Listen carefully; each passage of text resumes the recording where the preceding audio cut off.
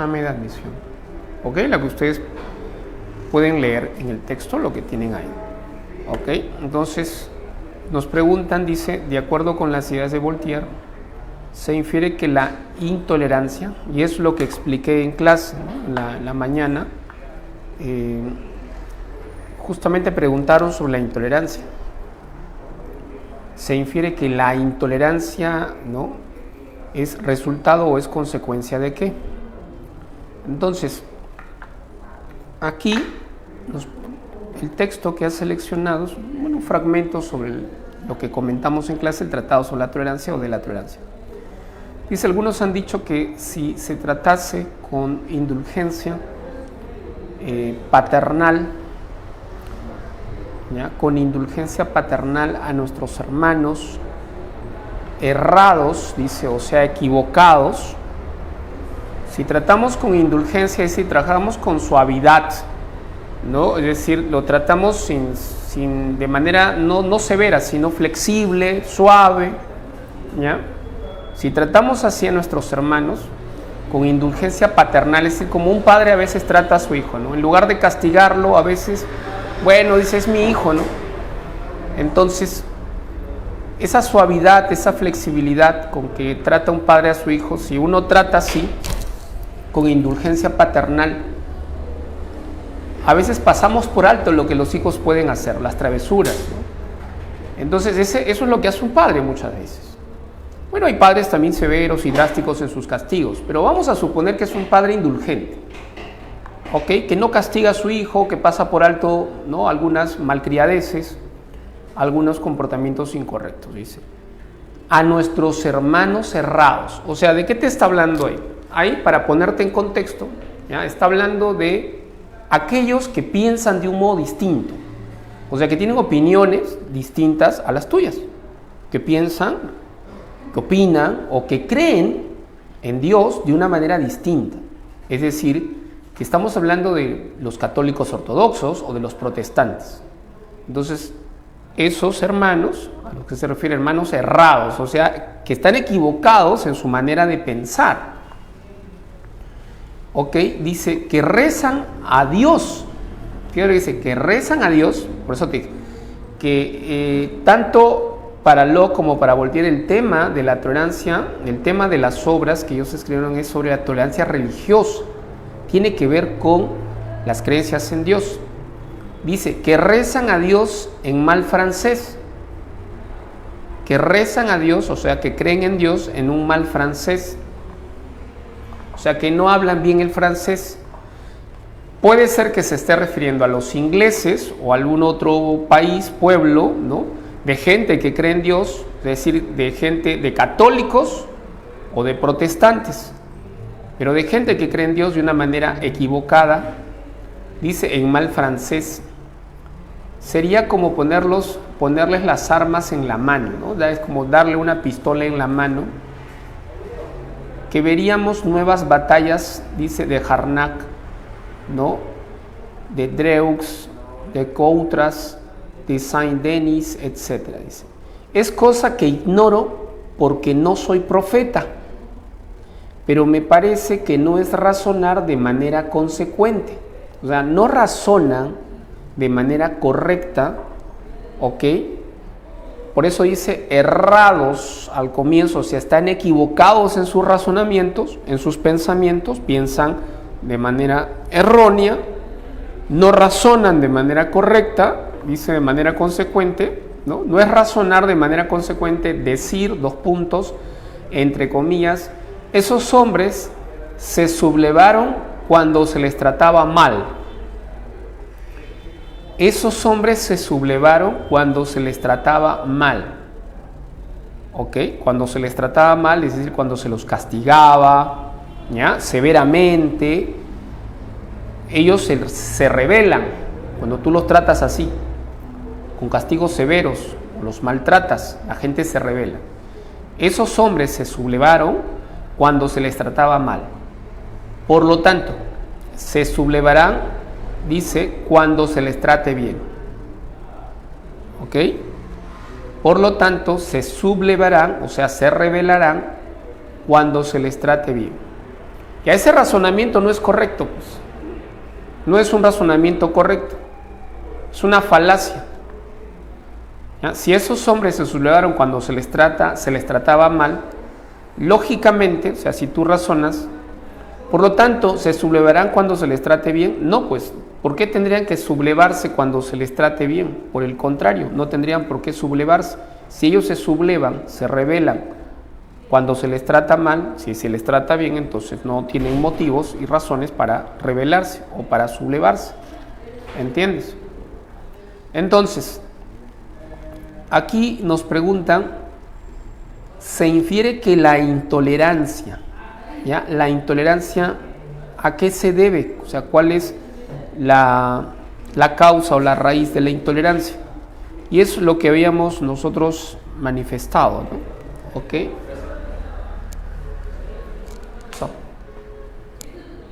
Rojo.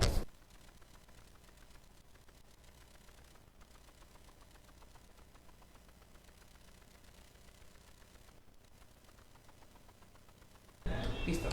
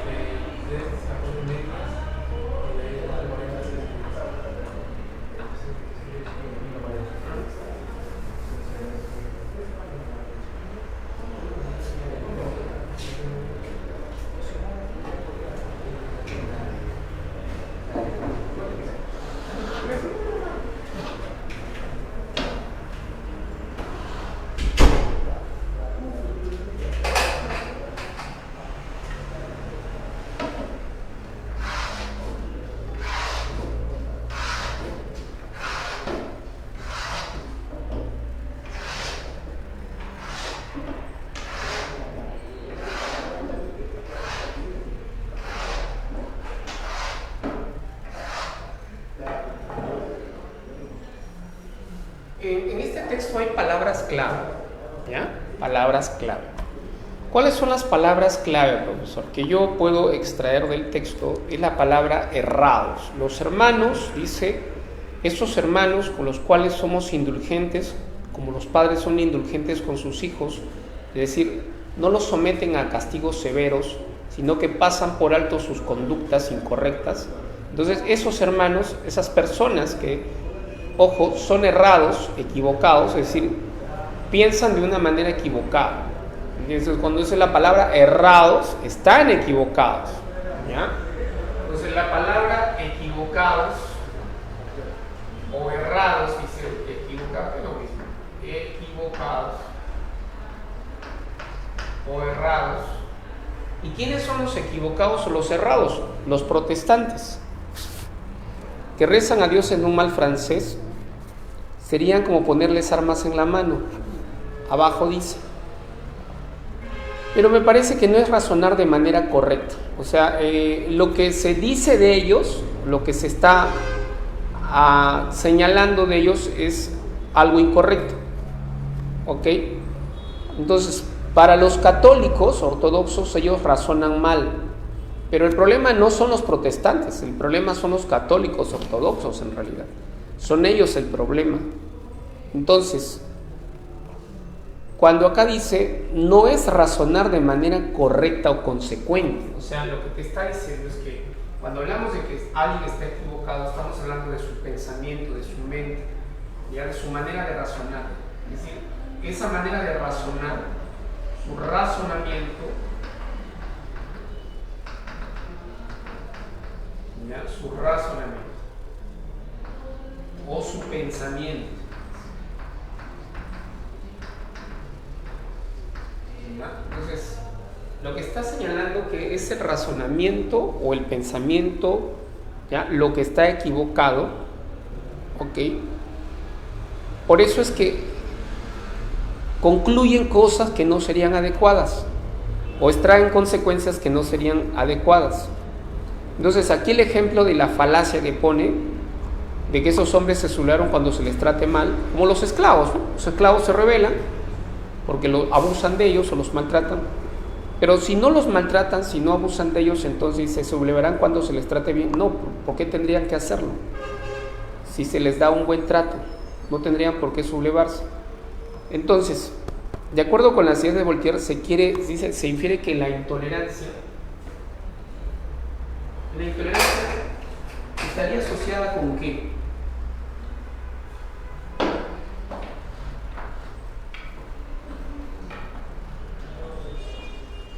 O sea, la intolerancia estaría asociada con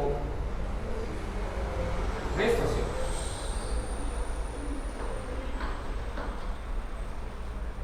¿Cuál sería la clave?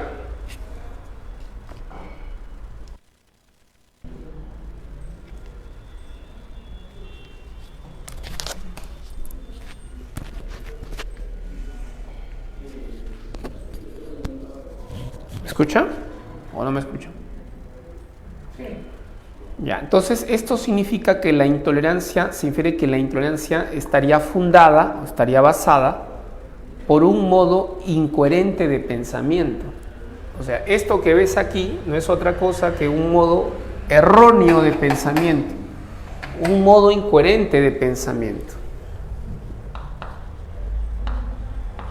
Modo incoherente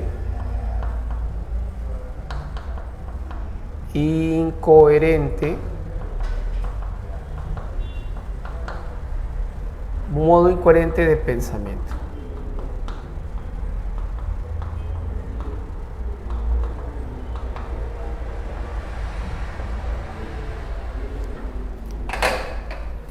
Entonces, quiere decir que lo que encontramos en Locke y Voltaire es el fanatismo religioso. O sea, el fanatismo religioso tiene que ver con esa manera de pensar, ¿ok?, de los fanáticos. O sea, su pensamiento, su razonamiento es erróneo, equivocado. Hay un modo incoherente de pensamiento en el que se funda la intolerancia. O sea, la intolerancia sería una consecuencia de ese modo incoherente de pensamiento.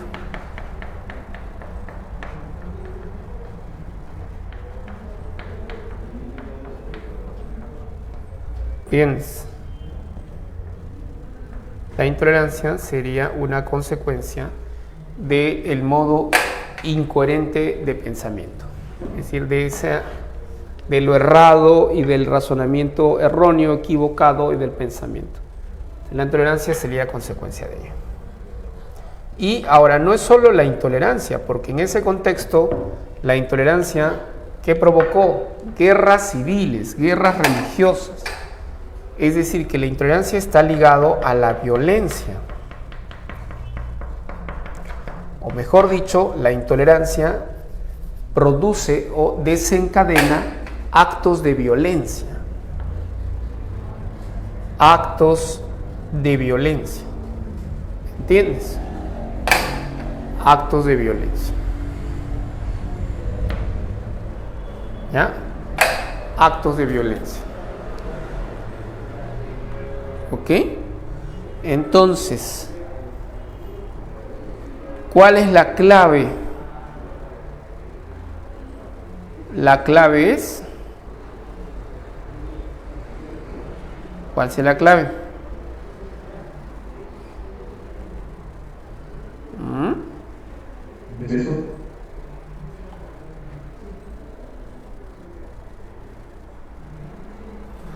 La clave sería burrito, correcto.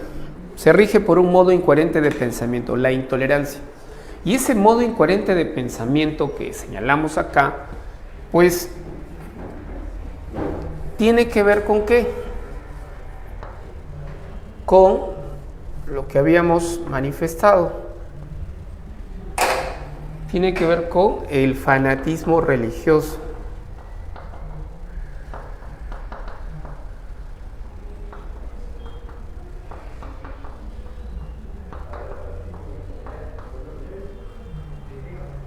O sea que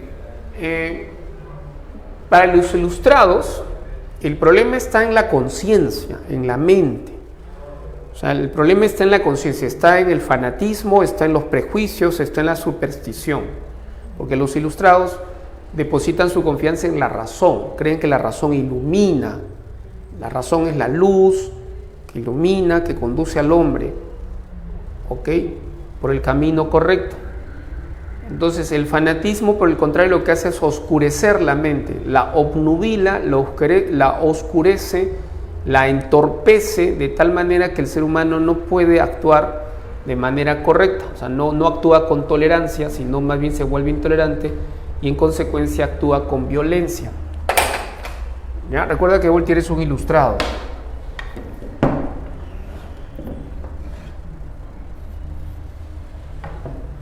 Entonces, para los ilustrados, el problema está en la superstición, en las creencias y en el fanatismo de la gente, en los prejuicios. ¿Ok? Ahí está el problema o la raíz del problema. Para eso es que ellos justamente creen que la razón ilumina al ser humano y a través de ella se puede alcanzar pues la emancipación del hombre, el progreso de la humanidad y del hombre. ¿Ok? Entonces, esta pregunta fue pregunta del examen de admisión, ¿okay?, hace poco nada más. Bien, vamos con la número 2.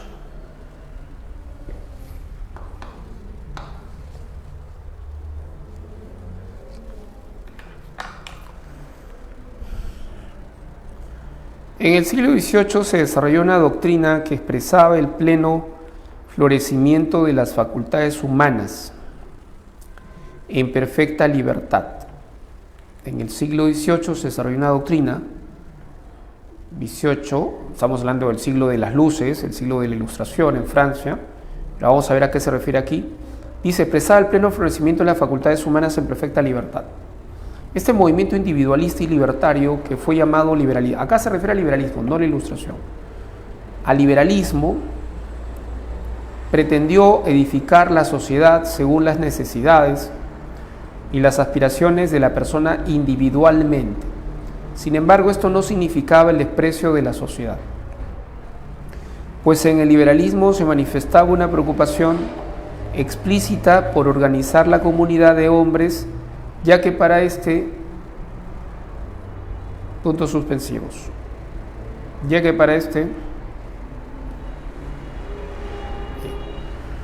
esta pregunta está vinculada al liberalismo, está vinculada al individualismo. Aquí están destacando el individualismo, ¿ya?, vinculada al liberalismo, es decir, que el individualismo es una característica del liberalismo político. Están hablando del liberalismo político que surge en el siglo XVIII, XVII, con John Locke, que es el padre del liberalismo clásico. ¿Okay? Nosotros vamos a hablar de la doctrina liberal la próxima semana, pero aquí voy a señalar algunas ideas para que entiendan el texto básicamente, ¿ya? Aquí el texto está atribuyendo al liberalismo político una característica fundamental, es el individualismo radical. Y es cierto, la crítica que se le hace a los liberales es que los liberales promueven esto. Los liberales están a favor de un individualismo radical, que es una característica del liberalismo político. ¿Okay? Entonces, el liberalismo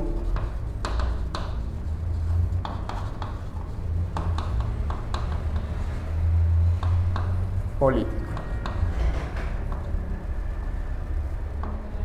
Liberalismo político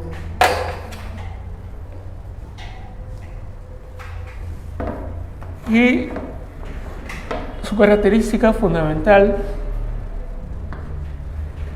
es el individualismo radical. ¿Ya?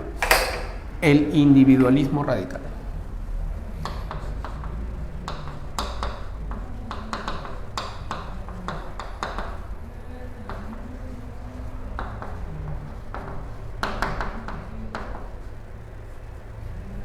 El individualismo radical.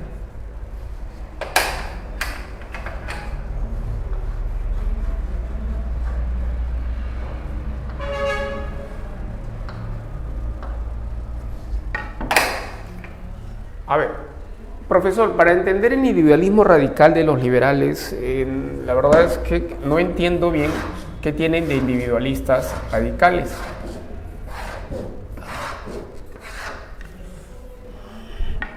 Vamos a entender esto, del siguiente modo. ¿Okay?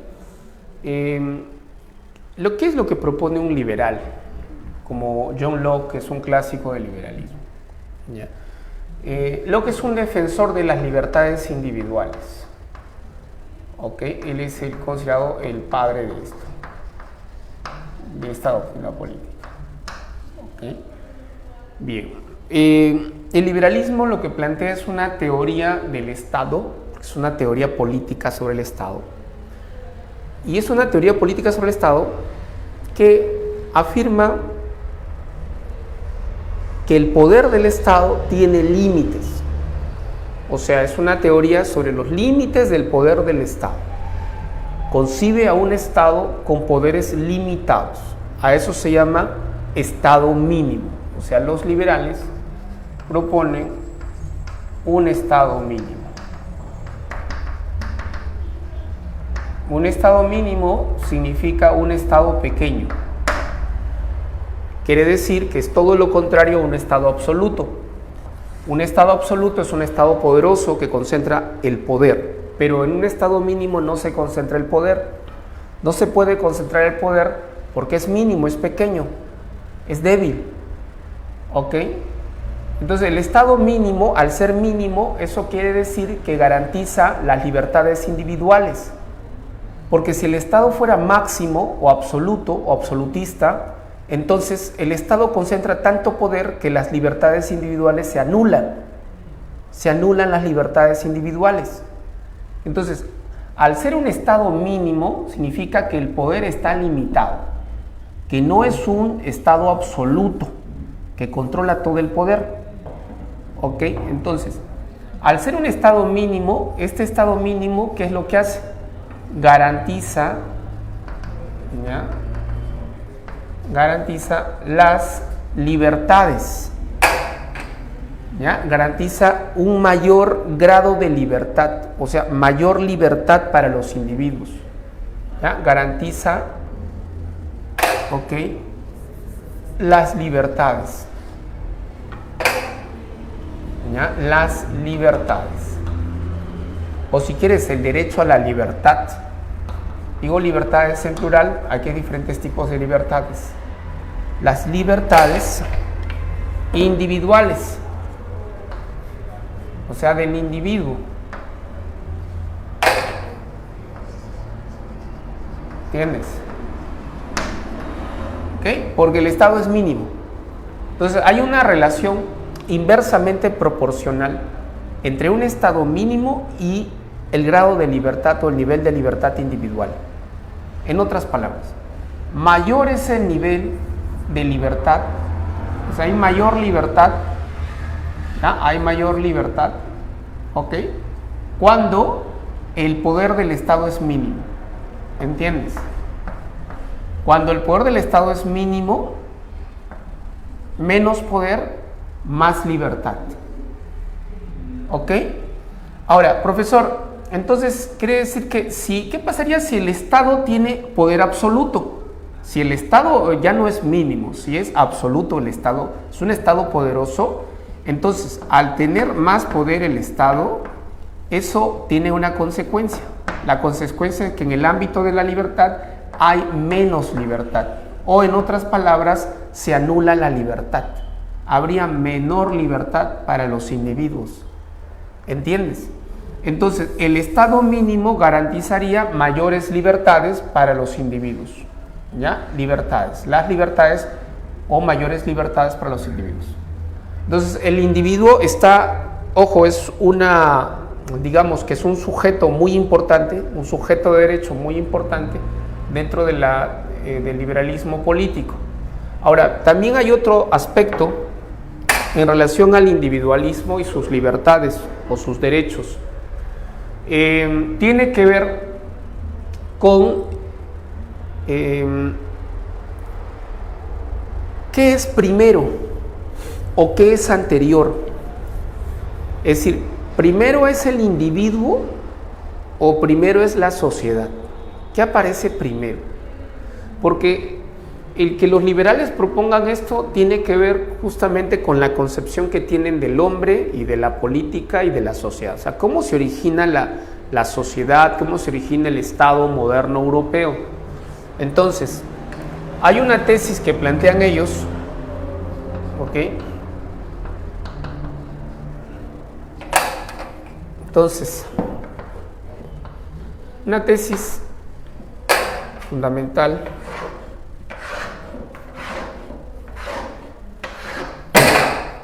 una tesis fundamental es que para los liberales, y no solo para los liberales, porque esta idea está presente incluso en Hobbes, que no era un liberal, ¿ya? Es que el individuo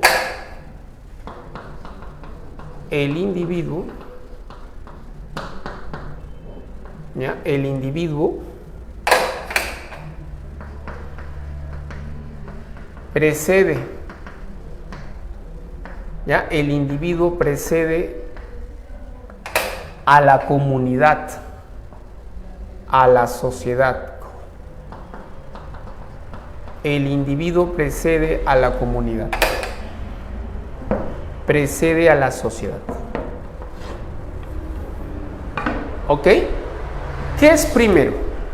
¿Qué apareció primero en la historia de la humanidad o de la civilización occidental? ¿Primero fue el individuo o primero fue la sociedad? ¿Primero fueron las sociedades, las comunidades, las familias o primero fue el individuo? Ya, para los liberales, primero aparece el individuo. Y ese individuo es un individuo egoísta, que solo se preocupa por sí mismo. Primero es el individuo y después se forman las sociedades. Después se origina el Estado. Pero primero son los individuos. Y esos individuos son individuos egoístas, parcializados. ¿Ok? Y luego, bueno, aparecen otros individuos que también son egoístas. Y entre ellos surgen conflictos de intereses entre los individuos. Pero en primer lugar es el individuo. No es la sociedad, no es la familia. Esta forma de pensar, de razonar, ¿ya?, tiene una consecuencia en cuanto a la definición de la ciudadanía, de cómo entender la ciudadanía moderna. O sea, es muy diferente hablar del ciudadano moderno que del ciudadano griego, ¿ok? Porque para Aristóteles y para Platón esta tesis es absurda. Ellos no están de acuerdo con este tipo de tesis, de que el individuo es primero. Para un griego eso no es posible. Para un griego es al revés. Primero es la comunidad y después es el individuo. Y el individuo no existe ni siquiera como algo real. Es una abstracción. Pero primero siempre es la comunidad, la sociedad. ¿Ok? Entonces, son dos maneras de pensar la ciudadanía distintas. La moderna y la antigua con los griegos. ¿Ok? Entonces, este individuo que aparece primero, ¿dónde estuvo? ¿Dónde vivió?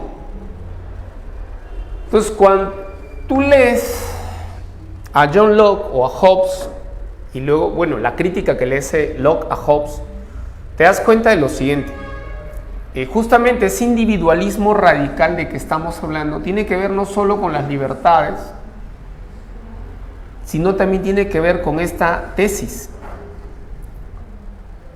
que de primero es el individuo, luego es la comunidad. Ahora, profesor, ese individualismo radical entonces también está vinculado con esta tesis, también está asociado a esta tesis. Ahora, pero ¿de dónde se sacó esta idea de que primero es el individuo y luego es la sociedad? ¿De dónde proviene esto? Entonces, para que te des cuenta de esto, la fuente de estas ideas de las que Locke parte, ¿ya?, la fuente, ¿sabes cuál es? La Biblia. La Biblia. La Biblia, sí, por supuesto. Locke. lee la Biblia. Profe, pero en la Biblia no se afirma de que el individuo precede a la comunidad. No, claro que no, literalmente no. Pero lo que sí se afirma en la Biblia, en el Génesis, es que el primer hombre que habitó la tierra, el primer hombre en la historia fue Adán. Ah, ya entiendo. O sea que la historia de la humanidad, de la sociedad y de los estados comenzó con un individuo llamado Adán, correcto. El primer hombre es Adán, es un individuo, ni siquiera es una familia. Luego apareció Eva, pero los dos no eran una familia, son dos individuos. Primero es el individuo y después es la sociedad. O sea, las sociedades actuales, los imperios y las naciones son resultado de, ojo, de cómo los individuos se han unido, se han vinculado. ¿Ok? Entonces, esa idea proviene de la Biblia. ¿Ok? Ahora, pero eso no quiere decir que sea cierto, que sea verdadero. No, esto es falso. Desde el que se haya basado en la Biblia no significa que tenga un fundamento científico, hijo. No. Los antropólogos, los sociólogos y los filósofos han cuestionado esta manera de pensar, porque no es cierto. La historia ya se ha demostrado en la historia como ciencia, la antropología, la arqueología, de que primero son las comunidades, las sociedades. No han existido individuos solos, aislados, adultos, provistos de conciencia o sentido de la justicia. No. El individuo forma parte de una comunidad, está dentro de una comunidad, dentro de la sociedad. No existe solito, aislado por ahí. No, esa idea no es así. ¿Entiendes? Entonces, para los liberales, ese individuo es un individuo pasivo, indiferente a la política y muy pasivo. No interviene en asuntos políticos. Decide no hacerlo. Es muy diferente a la concepción republicana del ciudadano, porque el ciudadano, bajo el republicanismo, sí es un ciudadano que se compromete con la polis, con la comunidad, pero para la concepción liberal no. En la concepción liberal el individuo es egoísta, cada uno vela por sus propios intereses y se acabó. ¿Ok? Entonces, eso lo vamos a conversar la próxima semana. Vamos a hablar otra vez del liberalismo y en general de los varios representantes del liberalismo que vamos a mencionar. ¿Ok? Entonces, ya que para dice, la comunidad de hombres, ya que para pues en el liberalismo se manifestaba una preocupación explícita por organizar a la comunidad de hombres, ya que para la clave, ¿cuál sería la 2? La sociedad sería producto de ¿qué? De cómo los individuos, primero los individuos han existido y cómo ellos se han vinculado, ¿no? Unos con otros, se han unido, han formado familias, aldeas, comunidades más complejas, sociedades más grandes. Entonces la sociedad actual, digamos, es resultado, es producto de la expansión del individuo, ¿no? Del florecimiento y la expansión de los individuos. ¿Ok? La clave sería la D de dado. La D de dado.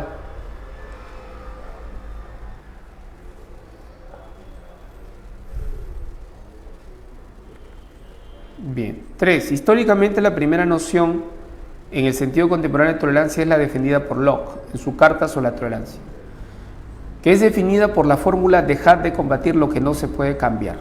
O sea, deja de luchar, ¿no? Porque no vas a poder cambiar eso. Entonces, ¿por qué sigues luchando? Si alguien piensa de un modo distinto, ¿por qué te esfuerzas en cambiar su manera de pensar? Déjalo, comprende, respeta su manera de pensar, se acabó, no luches intentando cambiar su manera de pensar. ¿Ok? Desde un punto de vista social, permite aquello que es contrario a la moral o a la ética del grupo, que ostenta el control social, permite también desigualdades y diferencias dentro de la sociedad. Claro que pensemos de un modo distinto, ¿no? Se trata principalmente de un comportamiento frente a una situación que se juzga mala, pero que se acepta porque no se puede hacer otra cosa, ¿no? Como no puedes cambiar la opinión de tu amigo, pues tienes que aceptarlo, ¿no? Él piensa de otro modo. Se pueden citar como ejemplos de situaciones de esclavitud y tolerancia de la esclavitud a lo largo de la historia. Bueno, sí ha habido esclavitud y la gente lo aceptó en su momento. A pesar de las condenas y las mismas por algunos grupos que se saldaron con catastróficos enfrentamientos sociales. La sucesión a lo largo de la historia entre el permiso y la prohibición de abortar para las mujeres y los que las asisten, el procesamiento y posterior encarcelamiento de familias inmigrantes. Dice acá, mientras la circuncisión de los hijos varones es tolerada, lo cual plantea de modo muy intenso el no resuelto problema planteado por Mill de los límites de la tolerancia. Se infiere de la noción de tolerancia propuesta por Locke implica un problema sobre los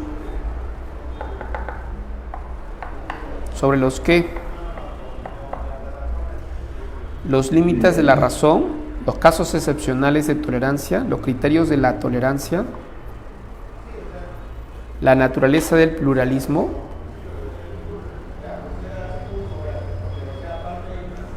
¿cuál sería?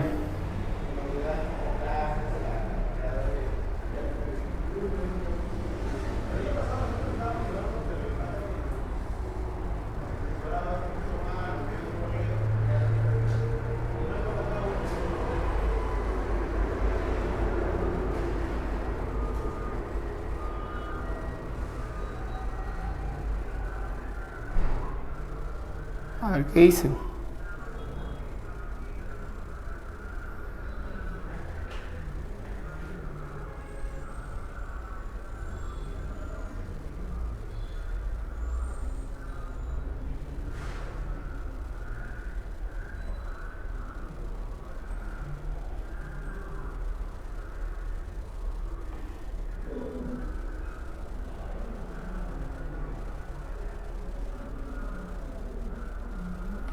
Como habíamos planteado en clase,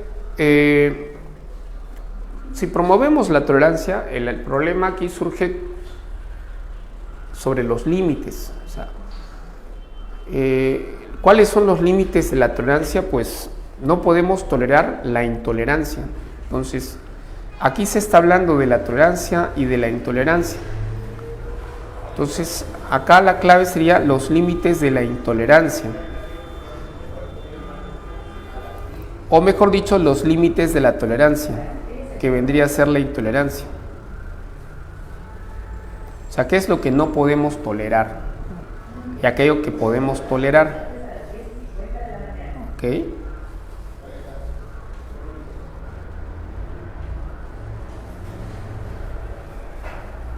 La clave sería la C.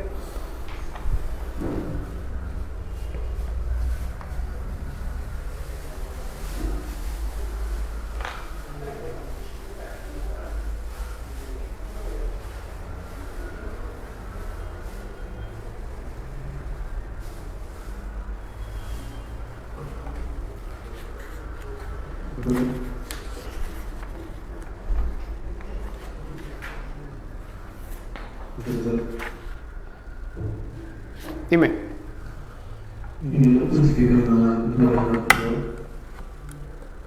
¿Qué?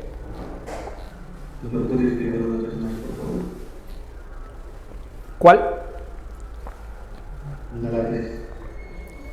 ¿No entendieron?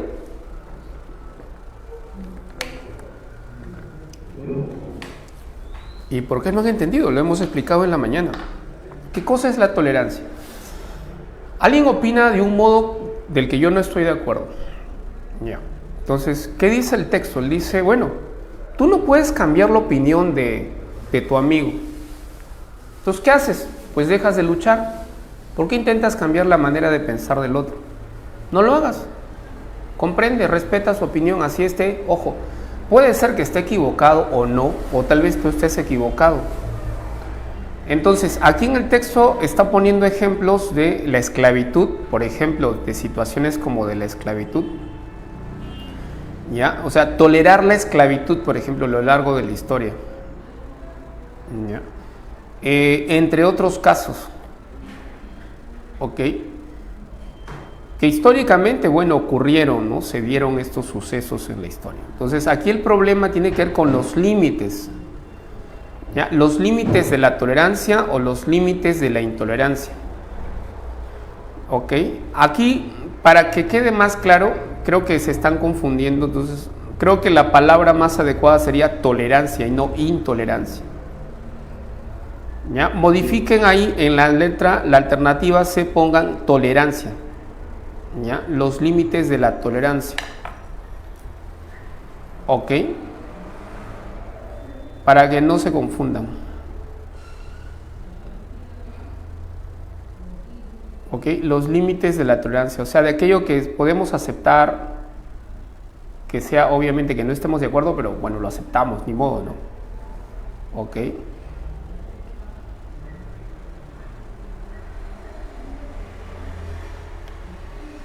La clave sería la C. En la 4 dice, se infiere que desde la perspectiva de Locke debemos tolerar. ¿Qué es lo que debemos tolerar? Según Locke, debemos tolerar, ¿qué cosa?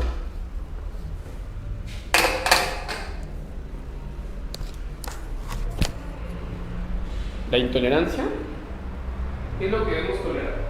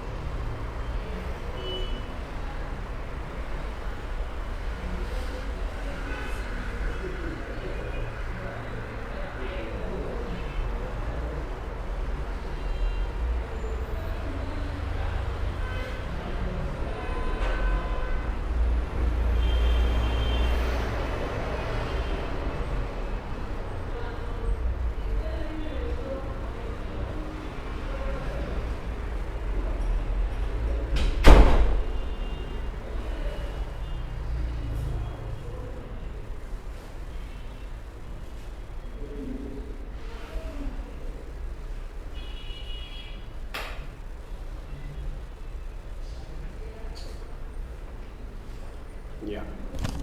A ver. Debemos tolerar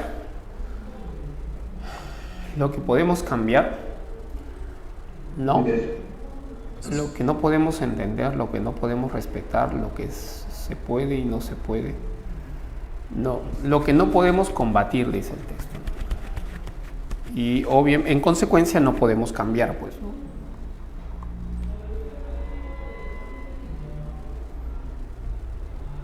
La B, 4 burrito.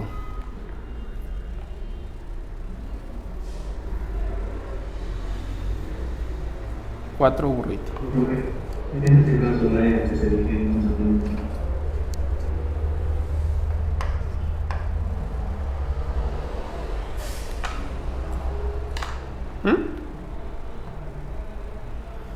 ¿Qué cosa? ¿Qué pasó? ¿Qué quiere decir? ¿Qué cosa? ¿Cuál? ¿La alternativa? ¿Cuál de todas? La E.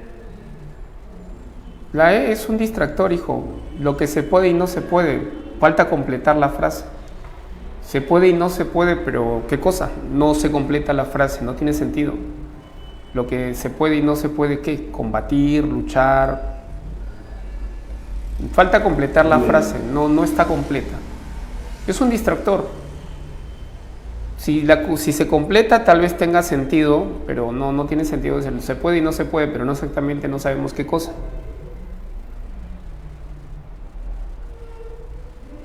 ¿Entiendes?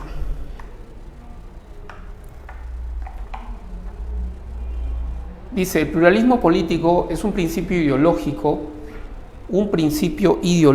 que considera la división de la sociedad en diversos grupos sociales. La sociedad está dividida, grupos, clases sociales, sectores, que tienen ideas distintas, ¿no? Y que tienen intereses también distintos. Pero el que la sociedad esté dividida en clases o grupos y que cada clase o grupo tenga ideas e intereses distintos, ¿eso es algo malo? ¿Es algo negativo? ¿O es algo positivo? ¿Es una virtud o es un defecto? Eso es lo que nos está planteando el texto. ¿Es una fortaleza o es una debilidad? Es una realidad, ¿no? Entonces, así los defensores de este principio cree que una sociedad debería tener muchos centros de poder, no un centro que monopolice el poder y que en consecuencia establezca una dictadura, ¿no? ¿Me entiendes? Un régimen absolutista, no. Acá dice tener muchos centros de poder. ¿Te das cuenta? Múltiples fuentes de autoridad y que gracias al compromiso y al consenso, es el diálogo, el acuerdo entre los diferentes sectores políticos, agrupaciones, la política debería reflejar los intereses de tantos grupos que hay, ¿no? Diferentes grupos como sea posibles, porque hay diferentes grupos, ¿no?, sociales. Su principal ideólogo fue Robert Dahl. A diferencia de la teoría elitista, dice, el pluralismo reconoce la participación de varios grupos, o sea, es importante la participación de los grupos, que no necesariamente forman parte de ella. Las partes que compiten en el pluralismo se caracterizan por ser heterogéneas, son diversas, independientemente de los recursos económicos que poseen. También es opuesto al populismo, dice, ¿no?, por la misma razón que se opone al elitismo, porque ambos defienden una visión dualista de la sociedad. En el populismo, el pueblo es lo más importante, y el pueblo es lo más importante y lo sano, lo bueno, frente a la élite, que es una élite siempre corrupta, de políticos corruptos, la élite de la clase dirigente, ¿no? En el elitismo se habla de una élite moral, es decir, una aristocracia, hombres buenos, superiores, los mejores hombres, y también de una élite moral y cultural e intelectualmente superior al pueblo, que están por encima del pueblo, ¿no? Dice, peligroso, deshonesto y encima vulgar, ¿no? Se infiere que el principal rasgo del pluralismo, ¿cuál sería? ¿Cuál sería el principal rasgo del pluralismo?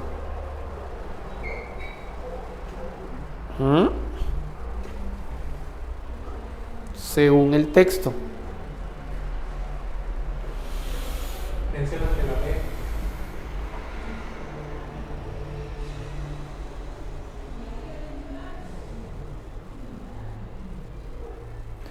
Claro, no podría ser homogeneidad, porque la sociedad no es homogénea, pues, ¿no? Diversidad moral y axiológica, no. O al menos no se queda solo en ese plano. Variedad de principios éticos, subjetividad de los individuos, no. Sería heterogeneidad ideológica y social, ¿no?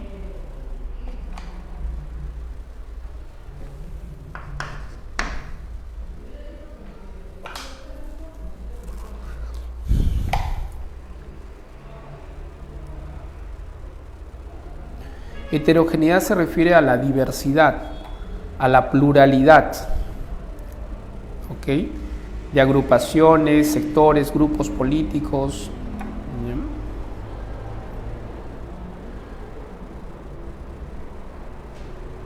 Y esa es una virtud. 6. Se infiere que para el pluralismo diferencia ideológica y política es una. La diferencia sería ahí.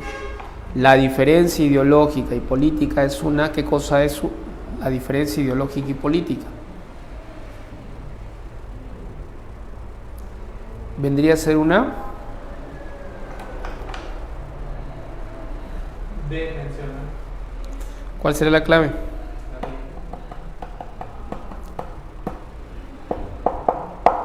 ¿La D? ¿Una ventaja? Otro menciona la C.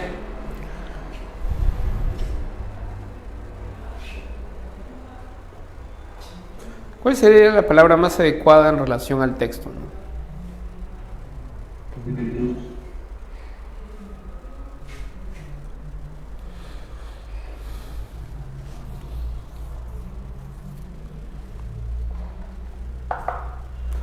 Sería la C, virtud.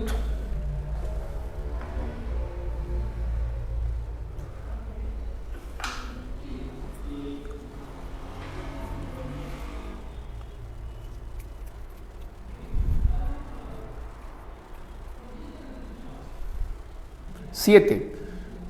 Hace unos meses muchos alemanes se manifestaron en las redes sociales contra el racismo.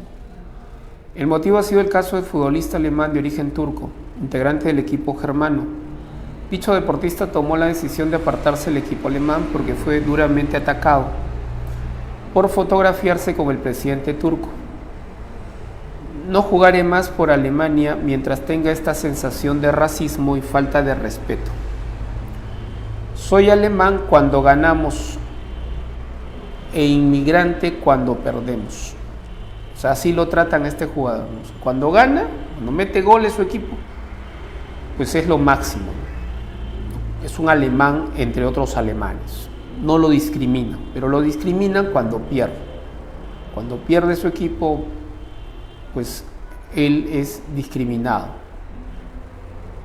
visto como un inmigrante, un extranjero.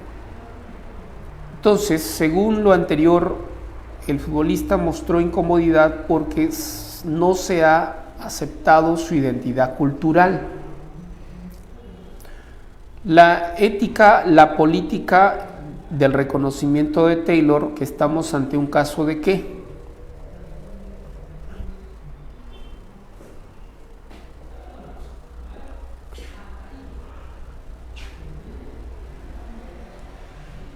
¿Un caso de qué sería? En relación a Taylor, en relación al reconocimiento.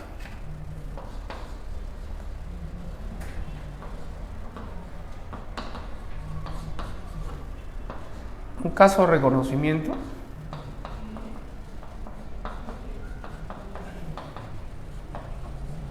Falta de reconocimiento.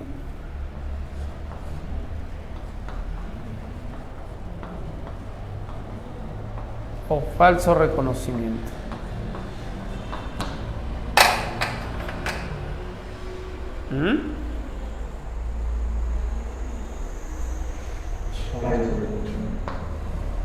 ¿Cuál sería?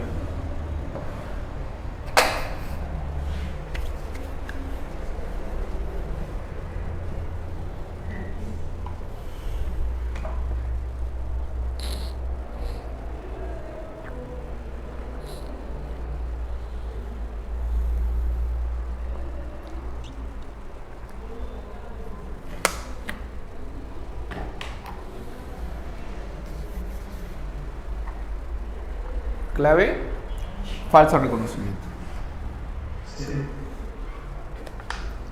¿Ya? Un falso reconocimiento. O sea, cuando él gana, chévere. Cuando pierde, ahí sí tú lo tratas mal, ¿no? Al pobre futbolista. Es un falso reconocimiento, ¿no? Basado en la conveniencia, en el interés, en la hipocresía de la gente. 7 casos.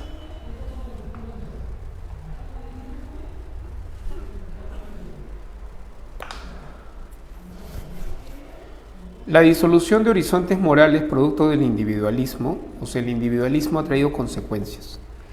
Se asume que libre de tales horizontes trae como consecuencia la pérdida de sentido. Ha perdido sentido la vida, ¿ya? El individualismo ha traído como consecuencia la pérdida de sentido de la vida. Y es que los horizontes morales estaban ligados al orden cósmico, que daban sentido a la vida humana, ¿no? En la naturaleza, lo cual daba sentido al mundo y a las actividades humanas. Todo tenía su lugar en la gran cadena del ser. Es como si en la naturaleza hubiera un orden y todo tiene su lugar y cada cosa cumple su función. El sentido moderno de la libertad se logra cuando se deja de lado esa visión del mundo. O sea, la idea de libertad moderna implica el abandono de esa forma de pensar. ¿Ok? Al perderse el orden cósmico y sus horizontes de sentido,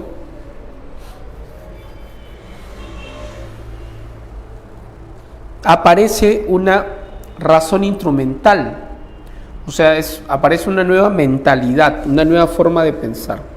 Se ha ampliado intensamente la razón instrumental, lo cual hace que los seres dejen de tener sentido y sean tratados como materias primas o instrumentos para los proyectos humanos. Entonces, aquí la palabra clave es razón instrumental.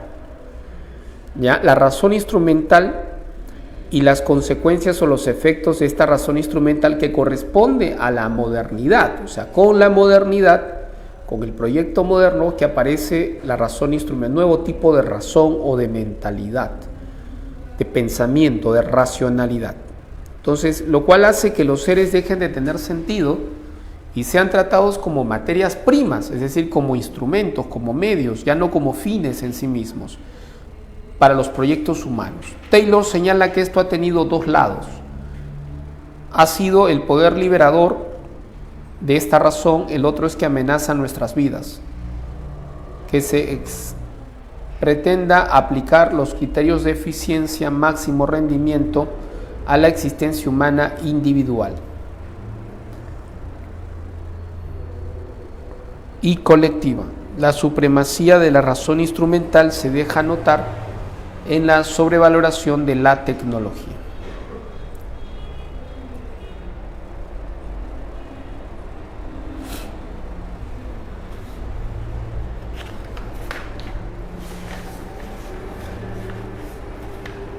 Entonces, cuando aparece este concepto,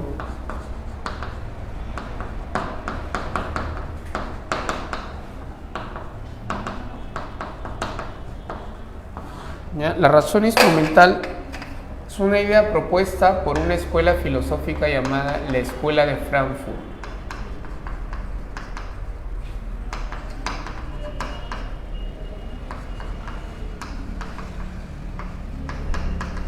¿Ya? La Escuela de Frankfurt va a plantear esto, la razón instrumental. O sea, ¿qué cosa sería la razón instrumental? Es una nueva mentalidad, es una racionalidad o mentalidad moderna que surge en la época moderna, que consiste en concebir a los seres humanos ya no en fines, sino en medios o en instrumentos. ¿Ok? O sea, el hombre se convierte en un medio, en medios. El hombre ya no es un fin en sí mismo, sino que simplemente es un medio para la explotación, para explotar su trabajo. ¿Ya? La naturaleza también se convierte en un medio, se convierte en recurso. El arte también se convierte en un medio, se convierte en mercancía. Medios no son fines. Entonces, ¿cuál es el fin? No son fines. El fin es el lucro, el dinero, básicamente es el fin que persiguen los empresarios.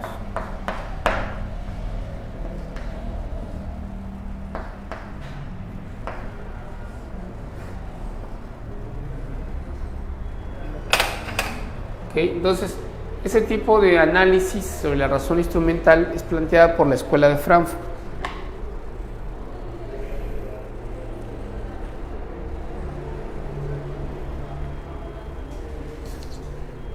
Entonces, la pregunta número 8 dice, una de las consecuencias negativas de la razón, ¿y cuál es la consecuencia de esa razón instrumental?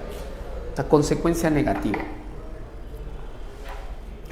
es que las personas, la naturaleza y el arte se convierten ¿en qué? En medios. Es decir, se convierten en objetos. ¿Me entiendes? El hombre, la naturaleza y el arte. Y no son fines. Antes eran fines, ya no lo son. No son fines. El fin de todo es el lucro, el dinero, el éxito, el poder. ¿Ya? Entonces ya no importa la vida humana, la contaminación de la naturaleza, y el arte se convierte en mercancía, en un objeto con valor de uso y valor de cambio. ¿Ok?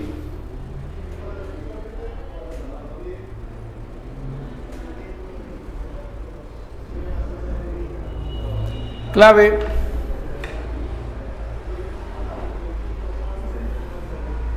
Ocho.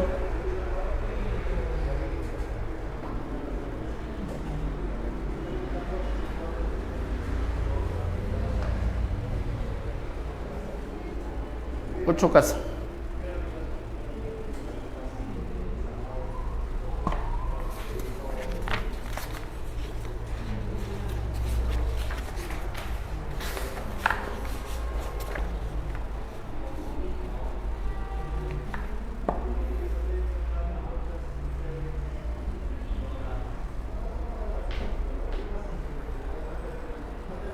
9.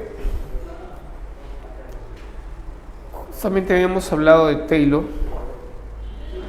En estos últimos casos, la exigencia de reconocimiento se vuelve apremiante debido a los supuestos nexos entre el reconocimiento y la identidad, donde este último término designa algo equivalente a la interpretación que hace una persona de quién es y de sus características definitorias fundamentales como ser humano. La tesis es que nuestra identidad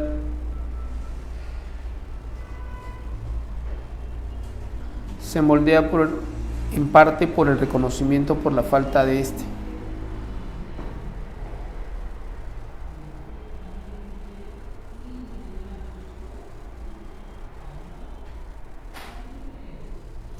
El falso reconocimiento y la falta de reconocimiento pueden causar daño. Puede ser una forma de opresión que aprisione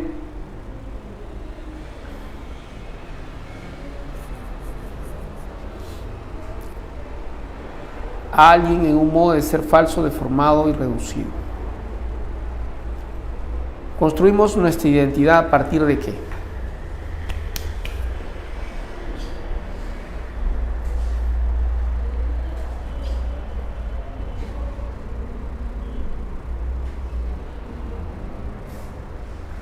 ¿A partir de qué construimos nuestra identidad? ¿Cuál es la clave?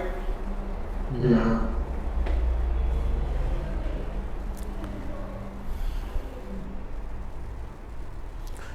Correcto, del reconocimiento de los otros significantes.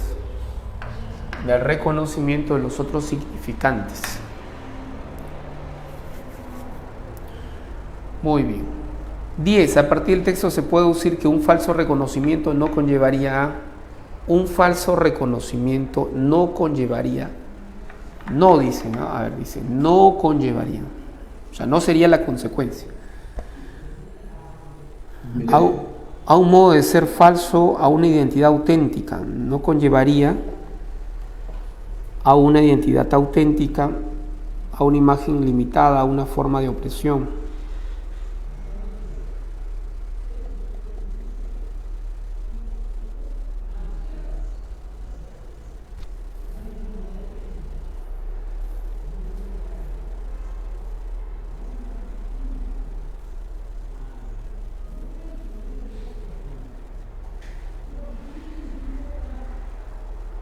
Una identidad auténtica, bueno, no conllevaría eso.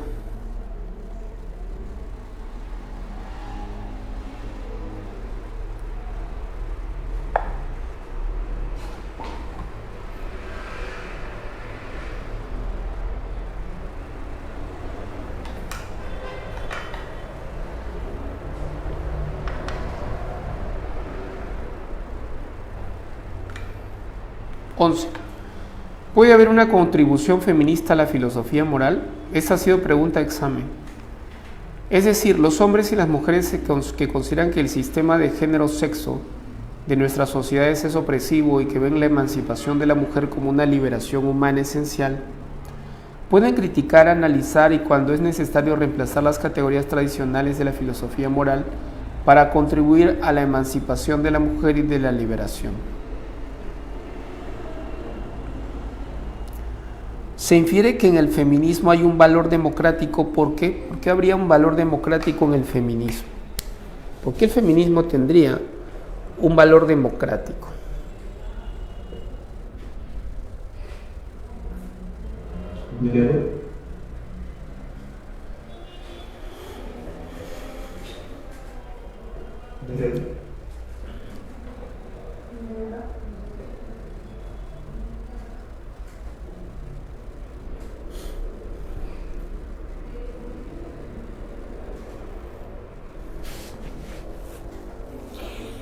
Correcto, implica que todos seamos reconocidos como iguales. El valor de la democracia implicaría eso, un reconocimiento de todos como iguales ante la ley, ante el Estado.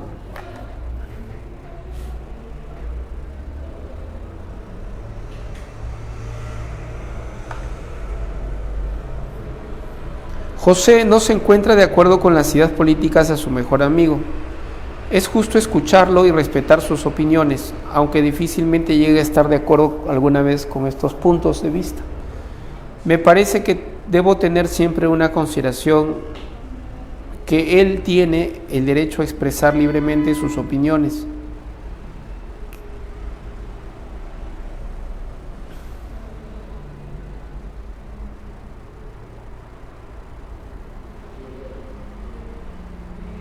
¿Qué concepto de la filosofía política se encuentra en el trasfondo del texto anterior?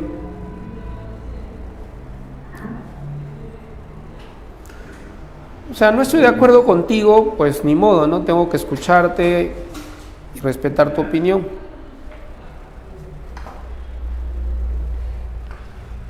Bien. Bien. Podemos distinguir dos cambios que en conjunto hicieron inevitable la moderna preocupación sobre la identidad y el reconocimiento. Primero fue el desplome de las jerarquías sociales que solían ser la base del honor. Empleo el término honor en el sentido del antiguo régimen. El honor es intrínsecamente cuestión de preferencia. Contra ese concepto del honor tenemos el moderno concepto de dignidad que hoy se emplea en un sentido universalista e igualitario cuando hablamos de lo inherente, dignidad de los seres humanos o de la dignidad del ciudadano.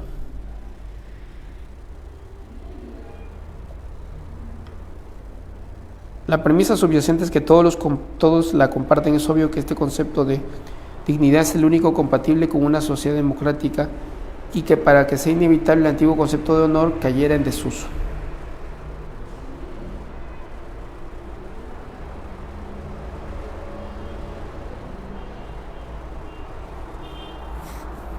Taylor, según el texto, la preocupación moderna sobre la identidad del reconocimiento tiene como consecuencia, dice, como antesala, dice, ¿no? Como antesala, como algo previo. ¿Cuál sería la clave?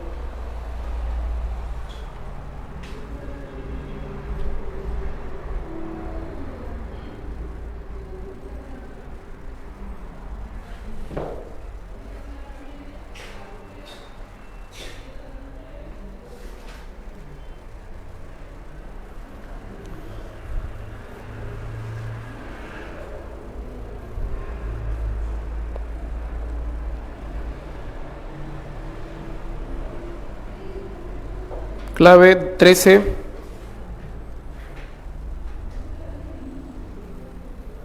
Cuando me habla del honor, eso está fundado en una sociedad muy jerarquizada, ¿no? Muy estamental. Pero esto, con la caída de estas sociedades estamentales, jerarquizadas,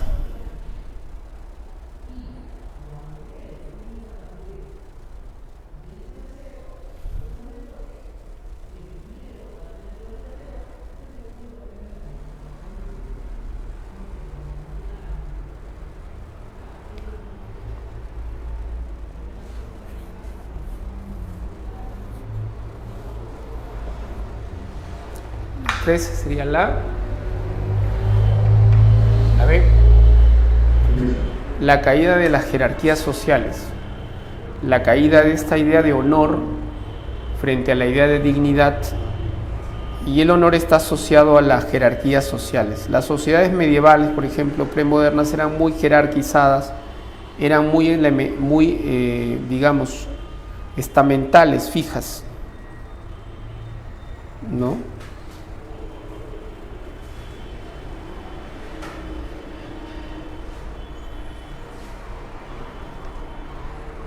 De acuerdo con el texto para Taylor del reconocimiento, ¿qué implicaría el reconocimiento? ¿Estudiar la ciencia y la cultura? No. ¿Partir de la redistribución? No. ¿Igualitarismo? ¿Vivir en una sociedad justa? ¿Distanciamiento de las culturas? ¿Cuál sería la clave?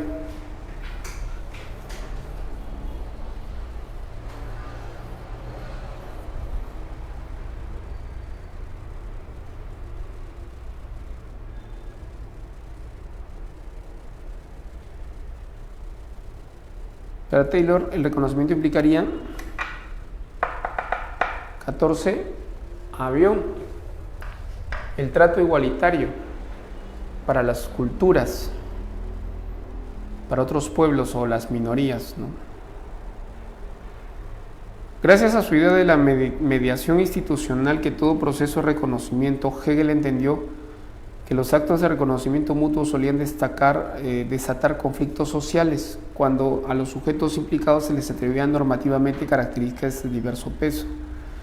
Los miembros de la sociedad solían discutir sobre cuáles de sus características subjetivas eran realmente valiosas y justificaban la autoeliminación del propio actuar en el acto de reconocimiento.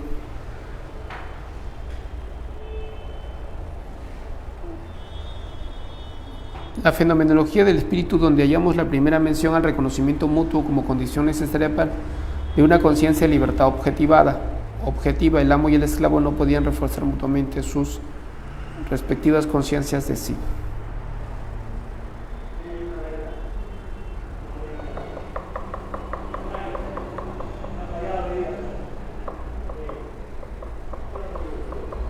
Del texto se puede inferir que para Hegel busca ¿qué cosa?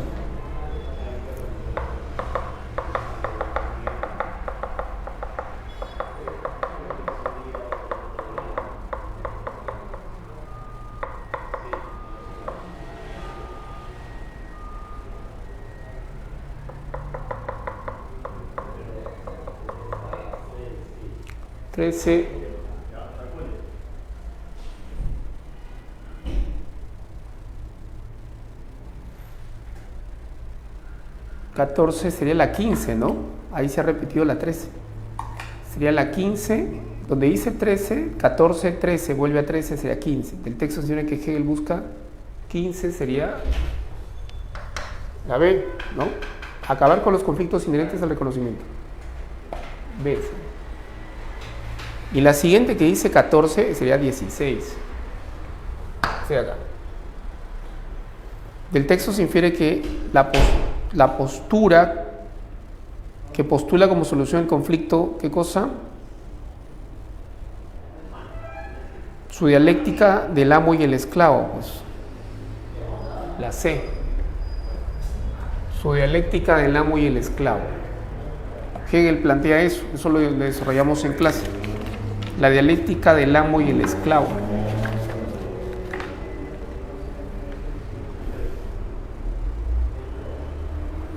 Entonces, si esa es la 16, la 17 sería la que sigue, que dice 15, sería 17. La 15 se convierte en 17. Del texto se infiere que los problemas de los conflictos inherentes al reconocimiento están ligados a ¿qué? ¿A los estratos sociales? No.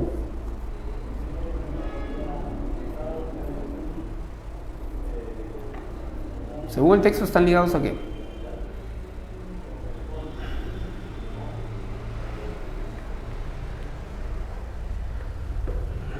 La D. A normas, características normativas, normas y escalas de valores, según el texto.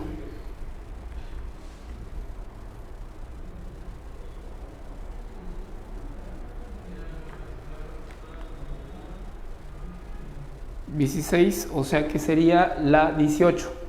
La 16 se convierte en 18. Ahí se ha corrido, no entiendo por qué la enumeración no coincide. Dice, la tolerancia es generalmente una elección dictada por una convicción,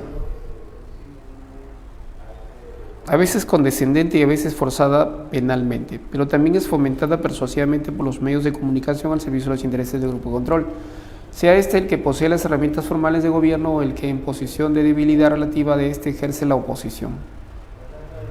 La mejor consecuencia de la educación es la tolerancia. ¿Qué respuesta se infiere del texto si la tolerancia no es un efecto de la educación?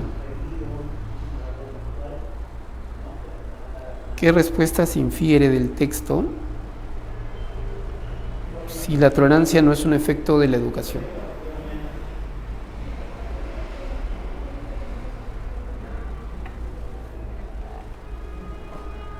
Significaría que la tolerancia, si no proviene de la educación, proviene de otros factores, pues.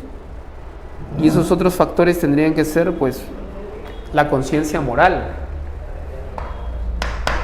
Si no es la educación, tendría que ser otros factores. O sea, no es la educación institucionalizada de los colegios y las escuelas a las que un padre envía a su hijo, ¿no? Donde podría aprender a ser tolerante. Pero si no es así, entonces lo que queda es tu propia conciencia moral. Luego dice, ante los problemas sociales de la justicia, de la injusticia, la pobreza, la desigualdad, algunos estudiosos de las ciencias sociales han planteado el liberalismo como salida. Ellos sostienen que las situaciones de pobreza extrema y miseria existen en los países del mundo desarrollado, subdesarrollado, constituyen un problema de justicia económica global. Una de las propuestas de John Rawls, máximo exponente del liberalismo actual, es la implementación de políticas de asistencia social, pero de ninguna manera cambiar el sistema económico. O sea, Rawls no es un marxista, pues, no es un comunista que quiera cambiar este sistema por otro. No, él plantea más bien reformas en el ámbito jurídico, en el ámbito legal, ¿no?, del Estado, del aparato del Estado, políticas de asistencia social para ese sector discriminado o marginado de la sociedad, pero de ninguna manera cambiar el sistema. Según Rawls, los problemas sociales actuales nada tienen que ver con las estructuras económicas internacionales, más bien son problemas locales de los gobiernos internos que han sido incapaces de resolver. O sea, son los políticos que no resuelven estos problemas básicamente, pero no es un problema del sistema capitalista como tal. Que para Rawls las injusticias sociales entonces pues no son inherentes al sistema capitalista, a la lógica del sistema capitalista. Las injusticias sociales son provocadas por los políticos incapaces de gobernar sus países. 17, o sea 19 sería avión. Y la 20, que acá aparece como 18 en la separata, sería 20. Se infiere que las políticas asistencialistas, comedor popular, vaso de leche, etcétera, en realidad serían ¿qué cosa? Bueno, si el texto nos señala que no hay una crítica al sistema y que Rawls no quiere abandonar el sistema, entonces significa que son reformas, son políticas de reforma, es decir, son paliativos básicamente, pero no resuelven el problema de la injusticia social, que es un problema de fondo, ¿no?, que no lo resuelven. No lo resuelven.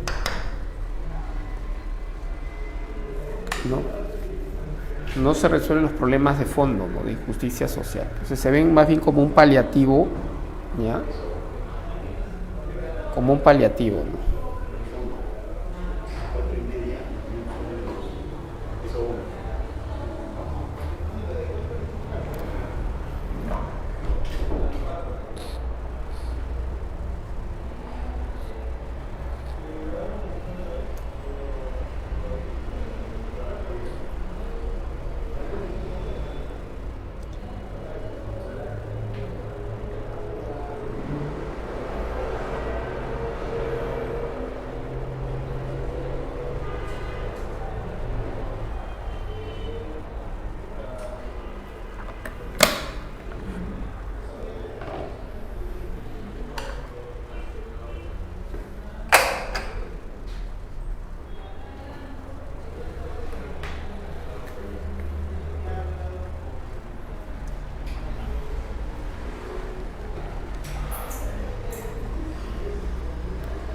¿Alguna pregunta, alguna consulta adicional?